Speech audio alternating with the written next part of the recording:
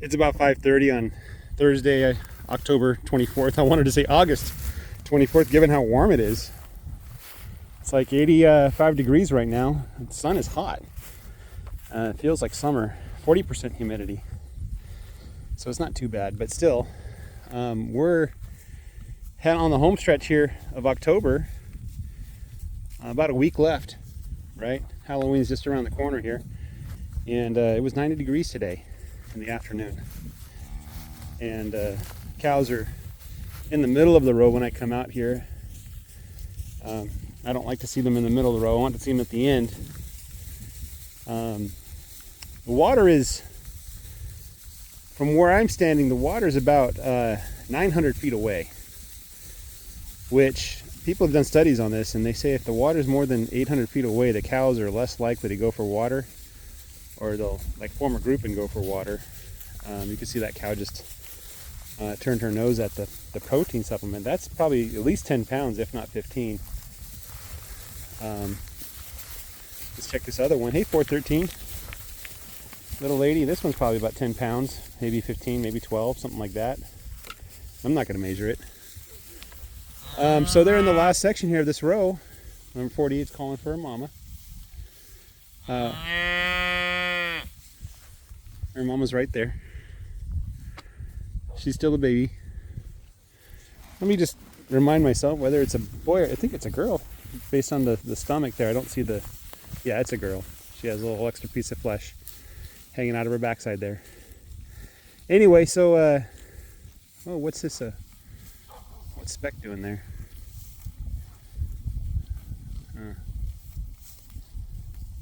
Anyway, as I was saying, my goodness. That's number 24. I could tell because she's skinny. She has little horns too. But yeah, they were out in the middle of the row. One of them at the ends. I think the water's too far away. I do have an extra hose. I just need to repair it. But I was thinking of, putting down some cash and going to a store that sells hoses, and saying, hey, agricultural purposes, I want to carry water, 3/4 inch inner diameter. I would prefer to do like a pipe thread fitting because that's what the two ends end up as. The pipe thread fitting is it's tapered, and so the way you make a seal is you put some Teflon tape on there, and you screw it together with some amount of force, and the two tapers are pushed together to make a tight seal. The hose thread is different. The hose thread is cylindrical. It's not a conical shape at all. And so the hose thread relies on that washer. So if you have a female end of your hose and you don't have that rubber washer in there, you're not going to make a tight seal. It's going to leak. So you just have to finger tighten the hose to crush that rubber O-ring. It's a flat washer, type thing.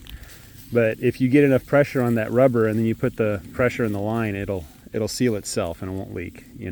Sometimes those rubber things do get old and they dry out and crack, and then you get leaks. But it relies more on crushing that washer than the pipe fitting, which relies on getting those threads really tightly interlocked. But anyway, that's neither here nor there. But I was thinking of maybe getting an actual hose. Maybe 200 feet is too long. Maybe 200-foot sections with a quick connect, so I can quickly disconnect them and reconnect them. I don't know. I want to do something to allow me to put the water further away from the western edge of my pasture. When I was laying down the pipe, I was thinking really hard if I run it down the middle of the pasture or should I run it down the edge. And I went back and forth, back and forth. I settled on going down the western edge of my property, and in hindsight, that was the wrong call. I should have run it down the middle. So if you're thinking about putting a water line in your property, put it down the middle. And the reason why is because you can rotate around that water versus following the water line and then coming back to the beginning. You can put a fence up in the middle of your property, have the cows go north in one direction on one side and come south on the other side and do a true rotation. You don't have any cattle drives in between. But I failed to make that connection, and I regret it. I am seriously thinking of redoing the water lines with thicker HDPE, maybe 2-inch HDPE or something like that. you know, getting one of those, you know, the scooping machines, scooping out the trench, burying it down nice and deep, and then figuring something out so I can do a frost-free connection at the end.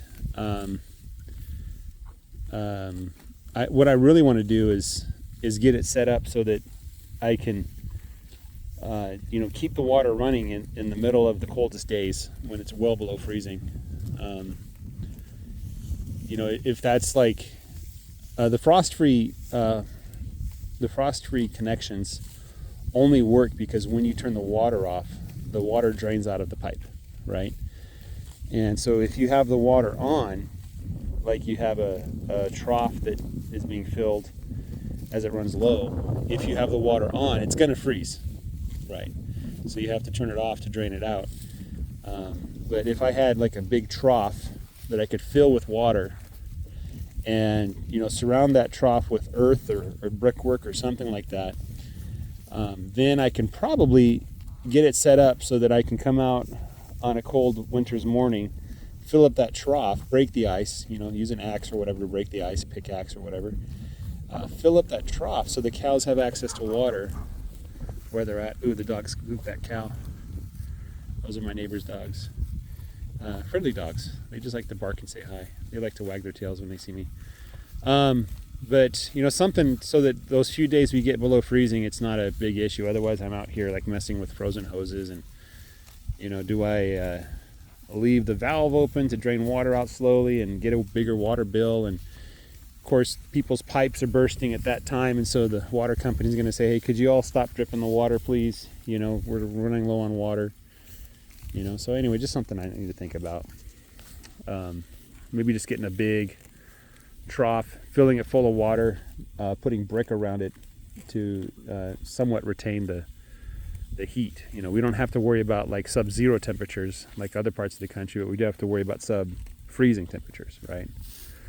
For a couple of days at the most. I think a couple of years ago it was a week long that we had sub-freezing temperatures, and we had a pretty good Arctic blast that I wasn't prepared for at all. But you know, this time around, I'm going to pay attention, and when the temperatures drop below freezing, I'm going to have a plan. Don't know what that plan is going to be, but I will have a plan. So anyway, I'm really happy with the 50-foot row. When I move them tomorrow morning, they're going to go to another 50-foot row. I was kind of comparing this grass with the previous row's grass, and you know, my opinion is they didn't eat enough of that previous row. And so now I'm pretty happy with what they're eating. Yes, it's not quite enough. I feel like I'm really kind of pushing them a little bit with the 50-foot row. But one of the reasons why I kind of want to aggressively graze this is knock the grass down now, and then I'm going to let it sit until spring. So I'm not going to come back here until mid-April, right? Maybe May, if I decide to start in another part of the pasture. And so that's like 5 or 6 months of rest that this ground is going to have, a half a year. And I'm just going to let whatever grows, you know. So right now is the time to kind of clear everything out, knock it down, hit the reset button, you know, give the spring grass a little bit of a head start.